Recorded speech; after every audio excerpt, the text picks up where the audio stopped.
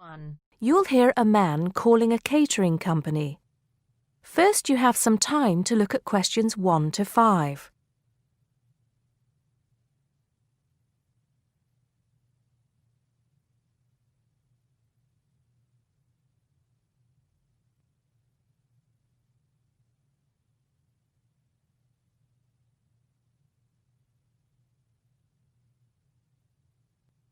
You should answer the questions as you listen because you will not hear the recording a second time. Listen carefully and answer questions 1 to 5. Hello, 5-star caterers. Can I help you? Oh, yes. I spoke to you an hour ago about the arrangements for our end-of-term party. Oh, that's right. It's Mr. Saunders, isn't it? Actually, it's Sanders. That's Sanders. Oh, I'm sorry. I'll just get that down correctly on the form. Okay, Mr. Sanders, sorry about that. No problem. Well, I've got the details you asked for, so I thought I should call you back quickly and book. Good. Let's fill in the form, shall we? Great. First of all, can you give me a telephone number? Somewhere where you can be contacted during the day. Yes, it's 445-6786. 445-6786. Okay. And do you have a number where you can be contacted outside of office hours? Well, I'm at work till late in the evening, so use the same number, and if I'm not there, you can leave a message. Thanks. I'll make a note of that. And how many guests shall I put down? Okay, that's changed. So instead of the figure I gave you before of 85, it's now only 50. It's much lower, I'm afraid, because a lot of people can't make that date. That's not a problem. Can you remind me of the date we'd set? Yes, it's the 25th of June. Okay, that's fine. Before you hear the rest of the conversation, you have some time to look at questions 6 to 10.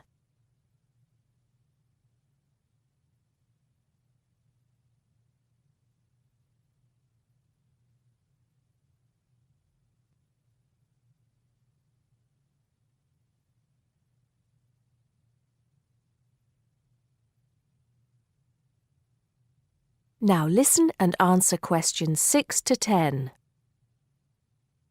Now, did you have the chance to look at the tables on the website? Yes, I did, and I think the rectangular tables would be good, the long, thin ones. Yes, you could have 2 of those. The only problem is that they're for 24 people. So you'd only seat 48 people that way. And if you have 50 guests... Oh, I see what you mean. 2 people would have nowhere to sit. What about the square ones? You'd have the same problem with numbers. Usually, for 50 people, we find the round tables work well. Not the smaller ones. They only seat 6 people. The ones that seat 10, the large ones. So do you think we should have 5 of those? I think that would work well. Okay, that's what we'll do then. Fine. And have you decided on the menu you would like? Yes, I think so. But I wanted to ask you, we talked about having the 3-course meal with waiter service, but in the end, we thought it would be a bit too formal. So that leaves the buffet or the 7-course banquet. How much is a banquet again? £100 a head.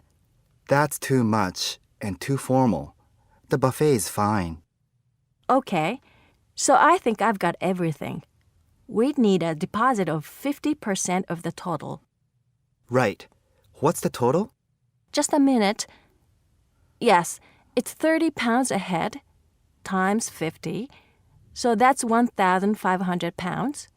50% of that would be $750 now, with the balance due another $750 on the day. Great. I'll call in tomorrow if that's okay. I can pay you the deposit then. We'll look forward to seeing you tomorrow then. Okay. Thanks a lot. Goodbye. Goodbye. That is the end of part 1. You now have half a minute to check your answers.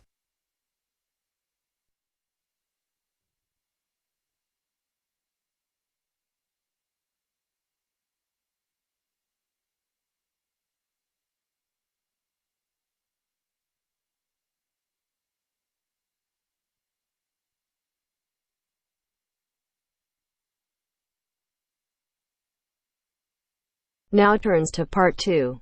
Part 2. A man wants to place an order by telephone for some office stationery. Listen to the conversation between the woman and the man and answer the questions. First, you have some time to look at questions 11 to 16.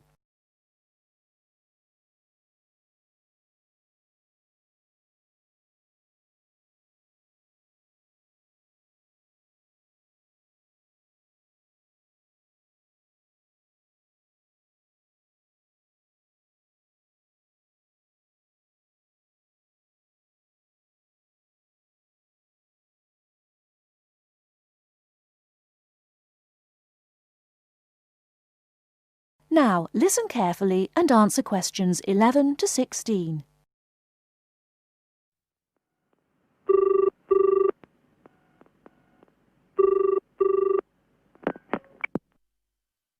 Thank you for calling Millennium Office Supplies. If you would like to place an order, please press 1. Your call has been placed in a queue. A customer service operator will be with you shortly.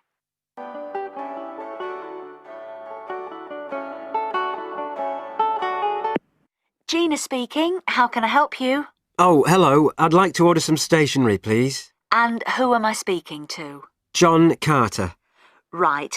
Can I just confirm your account number and the name of your company, John? Sure. The account number is 692411. 692411. Right.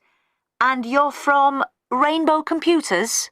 No, the company is Rainbow Communications. Oh, OK. I'll just fix that on the system. Communications. And what would you like to order, John? Envelopes. We need a box of A4, that is, normal size envelopes. White, yellow or manila? We'll have the plain white, please. But the ones with the little windows. OK. One box, A4, white. Just the one box, was it? On second thoughts, make that 2 boxes. We go through heaps of envelopes. As a matter of interest, are they made from recycled paper? No, you can't get white recycled paper. The recycled ones are grey, and they're more expensive, actually. Right, we'll stick to white then. Something else, John? Yes, we need some coloured photocopy paper. What colours do you have? We've got purple, light blue, blue, light green, whatever you want, pretty much. There are 500 sheets to the pack. Right, let's see. We're going to need a lot of blue paper for our new price lists. So can you give us 10 packs, please? Make sure it's the light blue, though. 10 packs of the light blue. The woman asks the man if he needs anything else. Before you hear the rest of the talk, you have some time to look at questions 17 to 20.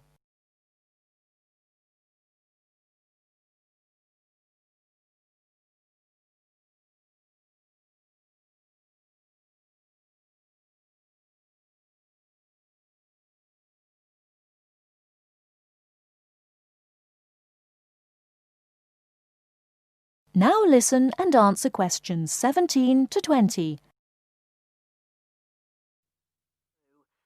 Anything else that we can help you with? Let me think. What else do we need? I'm sure there was something else. Pens, paper clips, fax paper, computer supplies, office furniture? Oh yes, we need floppy disks. Do you have those nice coloured ones? Yes, but they're a bit more expensive than the black ones. Oh, that's all right. I'm not paying anyway. Right. Floppy disks. And what about diaries for next year? We've got them in stock already and it's a good idea to order early. No, I think we're all right for diaries. But something we do need is one of those big wall calendars. You know, one that shows the whole year at a glance. Do you stock those? We certainly do. OK, can you include a wall calendar then, with the other stuff? Just make sure it's got the whole year on the one side. Sure. And do you have a copy of our new catalogue? No, I don't, but could you send one? Yes, I'll pop one in with the order.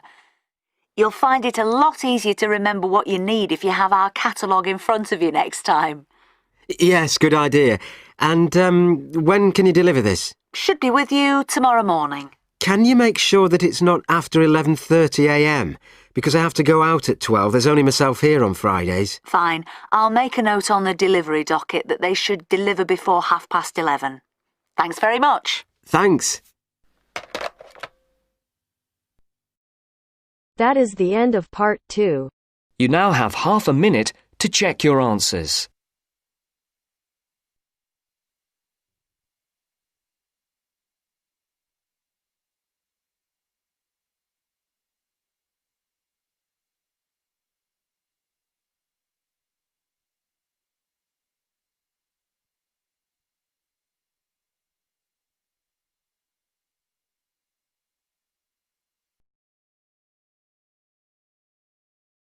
Now turns to part 3.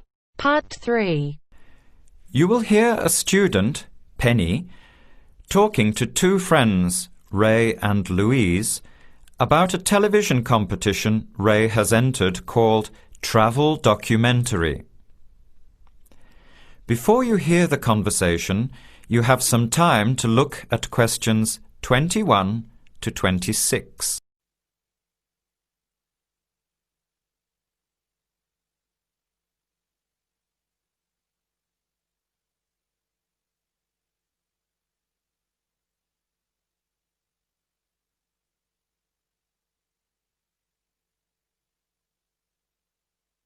Now, listen carefully and answer questions 21 to 26. Hi, haven't seen you two in ages. What have you been up to? Hi, Penny. Ray is really excited. He's just been shortlisted for Travel Documentary.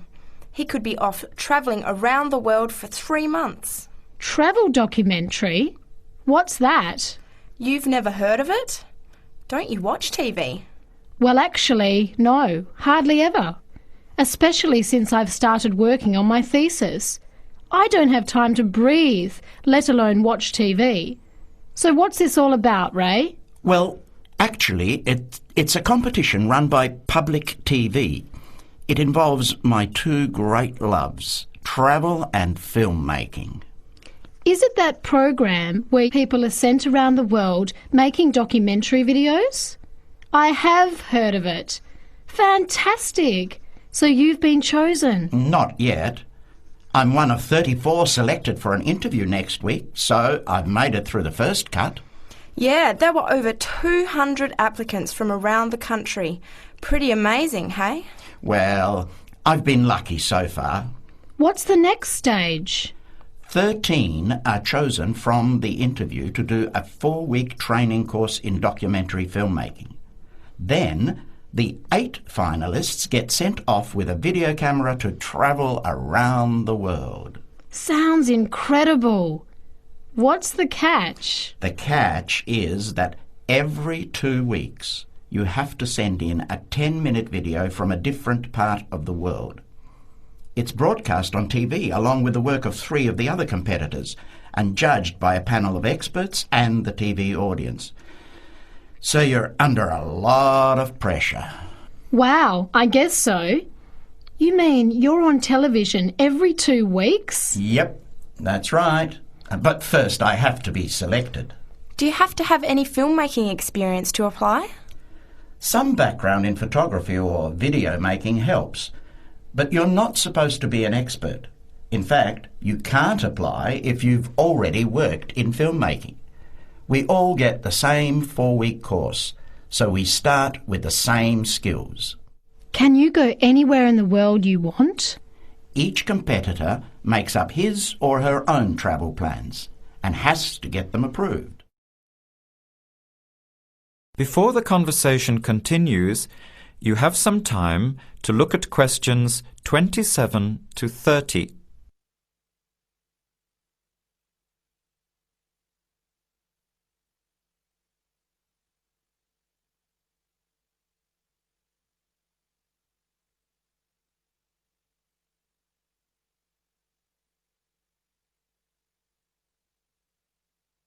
Now, as the conversation continues, answer questions 27 to 30. Have you talked with anyone else who has done it? As a matter of fact, just last week, I met Sarah Price, a girl from here who did it last year. What did she have to say about it?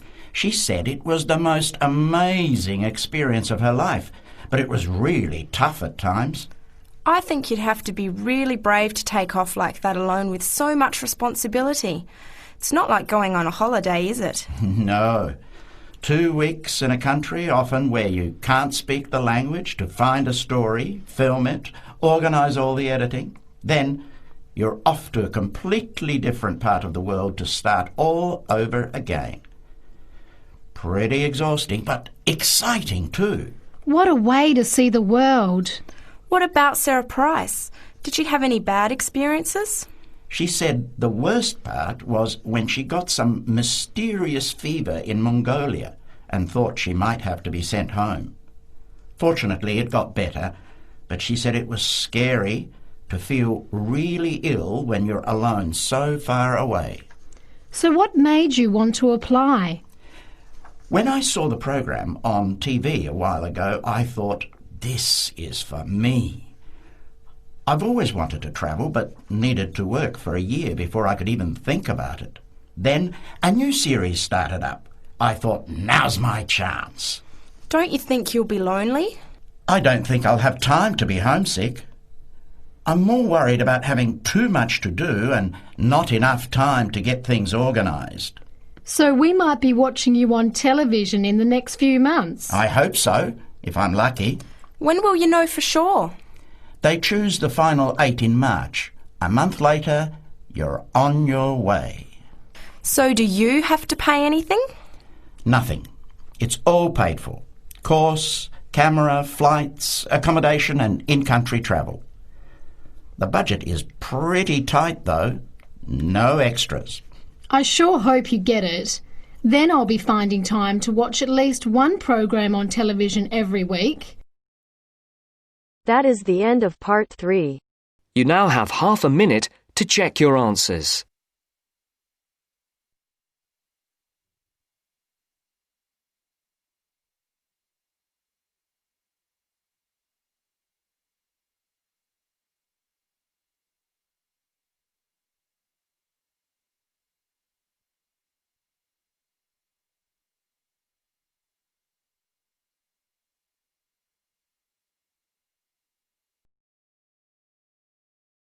Now turns to part 4. Part 4. You will hear a talk on the work of a printing department at a university. First, you have some time to look at questions 31 to 40.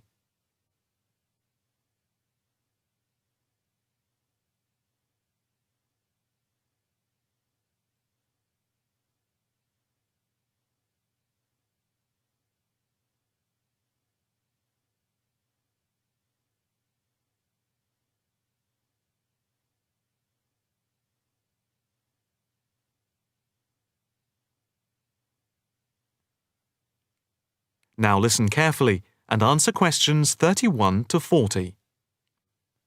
I am here to give you a brief outline of the work of this new department. The Department of the Printed Word has a very short history, having been created just 10 years ago. Some statistics to start with. The first intake of undergraduate students consisted of 20 students, which rose to 37 in the second year. And we now have about 50 in the first year, doing a wide range of courses, full and part-time. We have a thriving research department, with 17 students on the taught MA course and 7 students doing research full-time. In all, we have 9 full-time lecturers and 16 part-time lecturers who work mainly but not exclusively in our evening department. Of the total student body, approximately 21% are from outside the country, a number which has been increasing steadily over recent years. Although students from overseas have to reach a minimum level of competence in English before they follow a course at the university, some may require remedial help with their English, and we can offer help through the Student Support Services as part of the general assistance given to all students. For home students, both graduate and undergraduate, there are bursaries to help with travel and accommodation, for which I would advise you to contact Mrs. Riley at the end of this session. Increasingly, we are forging external links with organisations in the publishing world, and we have been very fortunate in that we have received money to sponsor not just various students within the department, but also technicians and lecturers. Each year we hold a series of lectures which are given by external speakers in the world of printing and the media. The series of workshops that you see around you have been built thanks to a very generous donation which has allowed us to develop our facilities for bookbinding and restoration.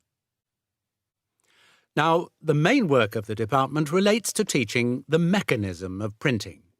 And as most printing is now so highly technological, all our students have to be computer literate. For those of you who are interested in taking a module in this department from another department, and who feel that you may not have the necessary computer skills, don't let the technology put you off. We have a number of specialist technicians who can support and deliver crash programs in the computing technology required. As long as you can switch on the computer, you are halfway there. We have what can only be called state-of-the-art facilities, especially for those wishing to move into the publishing world, working not just as printers, but also in editing, page design, layout, and bookbinding. With the extensive facilities we have for book restoration, some of our former students are now employed as expert book restorers and conservationists, skills which were once almost dying out. In the display, you will notice samples of work on book cover design, and as well as having all the necessary computer programs for dealing with printing, we have some old printing presses. Despite being largely a modern department, we do have an increasing interest in research into the history of the printed word, ranging from early European to Chinese and Japanese printing techniques. We have in fact some very well-known experts on early printing in Europe in the 15th and 16th centuries. If this area appeals to you, you can talk to Dr. Fred Clare afterwards. From China, we're lucky to have as a visiting lecturer Dr. Yu, who is an authority on early Chinese manuscripts and printing machines. If you are thinking about doing a module with us, or you are interested in doing research after you have finished your first degree, the person to talk to is Professor Clarkson, who will be able to give you all the details. For postgraduate research, you should really be thinking about applying now, even though we are only in December, as the department now attracts large numbers of people, and we always have many applications for each research position. That is the end of part 4. You now have half a minute to check your answers.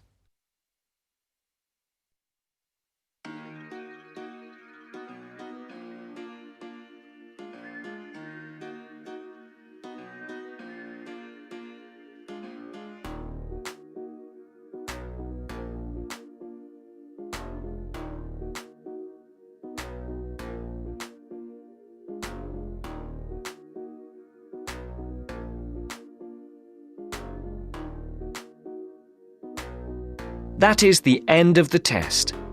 You now have 10 minutes to transfer your answers to your IELTS listening answer sheet.